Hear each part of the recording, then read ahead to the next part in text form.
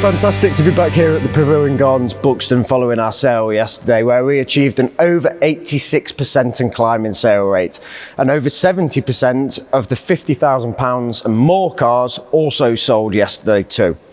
The room was the busiest I've probably ever seen it. There was frantic bidding on a lot of the lots between the room, the internet, telephone, and we had more commission bids placed than I've seen in a long time. So it was a fantastic sale, and so many familiar faces and lots of new bidders as well. So it was great to see so many people here in Buxton and getting involved online and via the phone. Some of the top sellers that I'd like to point out are the pagodas. So we had a 230 pagoda and a 250 pagoda, both of which were rare in the fact that they were UK supplied examples.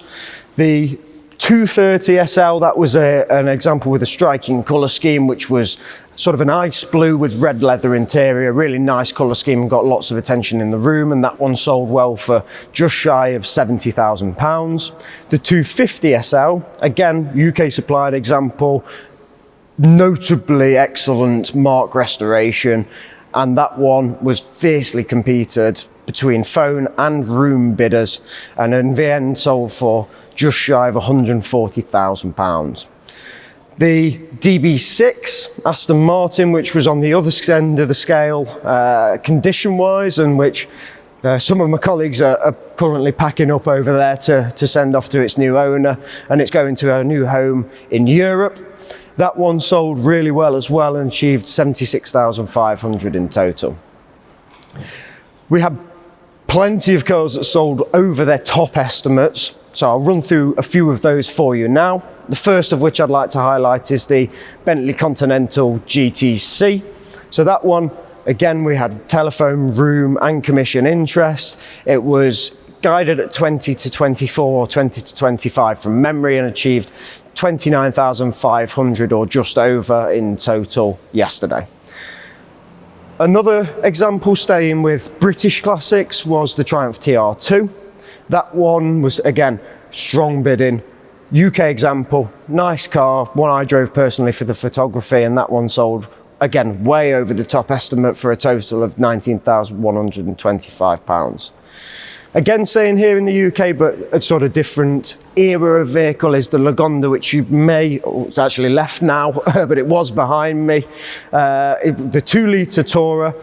This one had a really nice story, saved by some university students in the 50s or 60s, guided at 40 to 50, and in the end achieved a total of £51,750.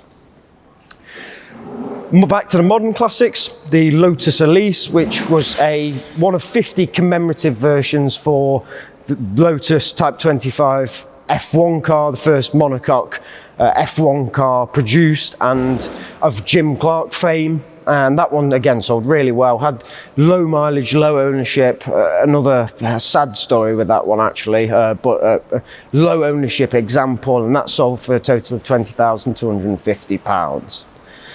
Going over to our friends in Japan, the Datsun 240Z, we had a pair from the same ownership.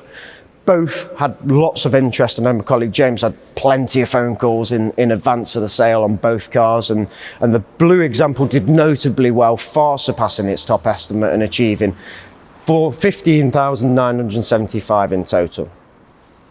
The final car I'd like to point out that went over top estimate was the Van den Pla Princess 1300.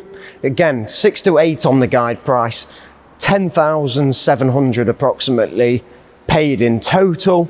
Again, low mileage, notably nice car. Don't see many of those in such good condition, and a really strong result as well. Few other notably nice cars that sold well, the Daimler Dart, which came from a stable of 4 notably nice examples. Mark restored car, achieved a total of £39,000 or just over. The MGR V8 came in from Japan, low mileage, something like just shy 3,000 kilometers from new, achieved £31,500 in total, so another strong seller. And the Ford Zephyr, which really excellent restoration, a true labour of love, that one, and that one achieved in total £20,812. We also had the David Lucas collection, so a deceased estate. David Lucas was a real motoring enthusiast, built a collection of cars starting from the 1970s, consigned by my colleague Damien.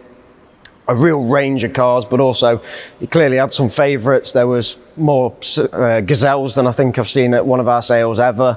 A plethora of Armstrong Sidleys, and a couple of the notable sellers include one of the Armstrong Sidleys, the 17 horsepower drop head, which achieved a total of 8,550, and the Herald Coupe, which also did excellently, achieving just a smidge under £7,000 in total. We had something like 900 registered bidders. We sold cars all around Europe, here at home of course, Ireland, France, Switzerland, Australia, and we also had bids coming in from Malaysia, Cayman Islands and America as well, so a real worldwide affair.